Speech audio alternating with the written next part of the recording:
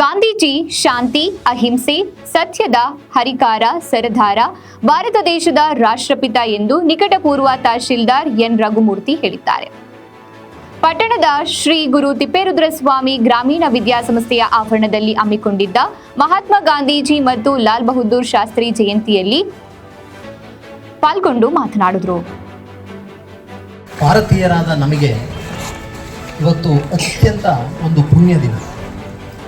ಏಕೆ ಅಂತ ಹೇಳಿದರೆ, ನಾವು ದಾಸ್ಯದಿಂದ, ಬ್ರಿಟಿಷರ ದಾಸ್ಯದಿಂದ ವಿಮುಕ್ತಿಗೊಳಿಸಲು ಮತ್ತು ನಮ್ಮ ಭಾರತೀಯರಿಗೆ ಸರಳತೆ, ಸಜ್ಜನಿಕೆ, ಅಹಿಂಸೆ, ಸತ್ಯ ಇವೆಲ್ಲವನ್ನೂ ಕೂಡ ಪರಿಚಯಿಸಿದಂಥ ಪುಣ್ಯಾತ್ಮ ಮಹಾತ್ಮ ಗಾಂಧಿಯವರು. ಆ ಮಹಾತ್ಮ ಗಾಂಧಿಯವರ ದಿನಾಚರಣೆ ಇವತ್ತು. ಮಹಾತ್ಮ ಗಾಂಧಿಯವರು ನೀವೆಲ್ಲ ಓದಿದ್ದೀರಾ, ನೀವೆಲ್ಲ ಶಾಲೆಯಲ್ಲಿ 1869ರಲ್ಲಿ ಅವರು ಹುಟ್ಟಿದ್ದು ಪೋರಬಂದರಲ್ಲಿ. ತದನಂತರದಲ್ಲಿ ವಿದ್ಯಾಭ್ಯಾಸ ಮಾಡಿದ್ದು. ಅವರ 18ನೇ ವಯಸ್ಸಿನಲ್ಲಿ ಏನೋ ಲಾ ಡಿಗ್ರಿ ತಗೊಂಡಿದ್ದು. ತದನಂತರ ಅವರು ಮತ್ತೆ ಫಾರಿನ್ಗೆ ಹೋಗಿ ಅಲ್ಲಿಂದ ವಾಪಸ್ ಬಂದಿದ್ದು.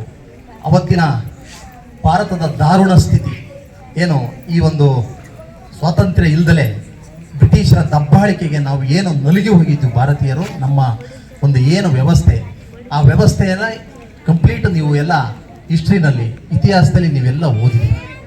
ಆದರೆ ಇದೇ ವೇಳೆ ಹಟ್ಟಿ ಮಲ್ಲಪ್ಪ ನಾಯಕ ಸಂಘದ ಅಧ್ಯಕ್ಷ ಪಾಟೀಲ್ ಜಿಎಂ ತಿಪ್ಪೇಸ್ವಾಮಿ ಎತ್ತಿನಹಟ್ಟಿ ಗೌಡ್ರು ಮಾತನಾಡಿದರು.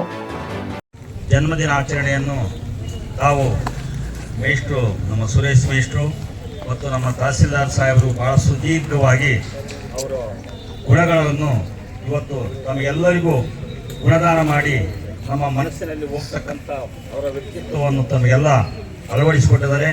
ಇವತ್ತು ಅವರಿಗೆ ನಮಗೆ ಸ್ವತಂತ್ರ ತಂದು ಕೊಟ್ಟಂಥವರು ಮಹಾತ್ಮ ಗಾಂಧೀಜಿಯವರು.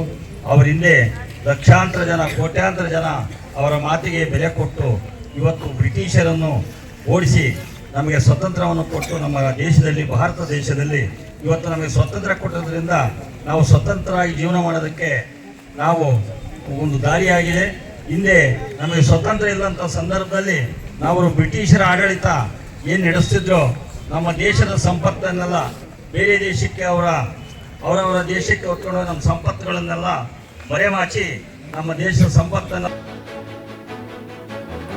ಈ ಸಂದರ್ಭದಲ್ಲಿ ಶ್ರೀ ತಿಪ್ಪೇರುದ್ರಸ್ವಾಮಿ ಗ್ರಾಮೀಣ ವಿದ್ಯಾಸಂಸ್ಥೆಯ ಕಾರ್ಯದರ್ಶಿ ಎಂವೈಟಿ ಸ್ವಾಮಿ, ಸಹ ಕಾರ್ಯದರ್ಶಿ ಚಂದ್ರಶೇಖರ್, ಖಜಾಂಚಿ ಕೆಎಂ ನಾಗರಾಜ್, ಪ್ರಾಂಶುಪಾಲರಾದ ಶ್ರೀನಿವಾಸ್, ಉಪ ಪ್ರಾಚಾರ್ಯರಾದ ಬಿಆರ್ ರಮೇಶ್, ಶಿಕ್ಷಕಿ ತಿಪ್ಪಮ್ಮ ಸೇರಿದಂತೆ ಶಾಲೆಯ ವಿದ್ಯಾರ್ಥಿಗಳು ಭಾಗವಹಿಸಿದ್ರು.